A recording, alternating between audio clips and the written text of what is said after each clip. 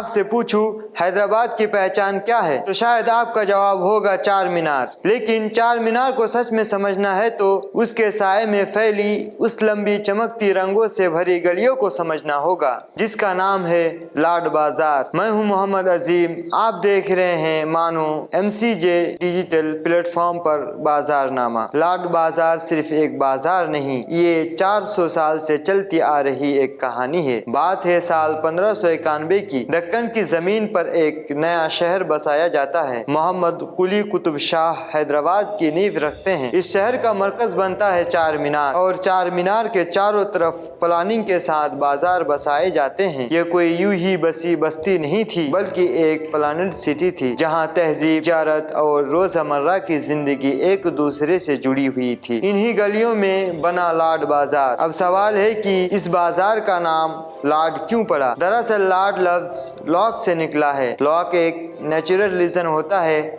जिससे चूड़ियां बनाई जाती है, यानी शुरू से ही यह जगह चूड़ियों का बाजार रही। धीरे धीरे लोग इसे चूड़ी बाजार भी कहने लगे। कुतुब शाही दौर में यह इलाका शाही खानदान की औरतों और बड़े घरानों की शॉपिंग की जगह था। यहाँ से गहने, इत्र, कपड़े और खास तौर पर लॉक की चूड़ियां खरीदी जाती। फिर वक्त बदला। 1687 में मुगल हुकूमत आई।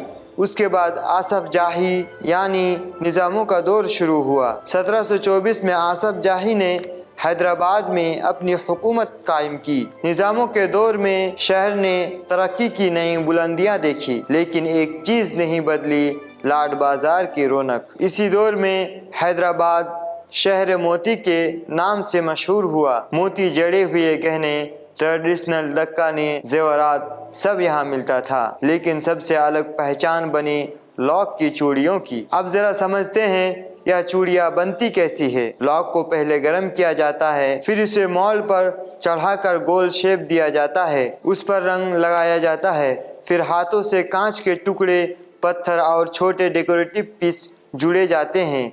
यह काम मशीन से नहीं बल्कि कारीगरों के हाथों से होता है। कई परिवार पीढ़ियों से यही काम करते आ रहे हैं, दादा से बाप, बाप से बेटा, एक हुनर जो विरासत की तरह आगे बढ़ता गया।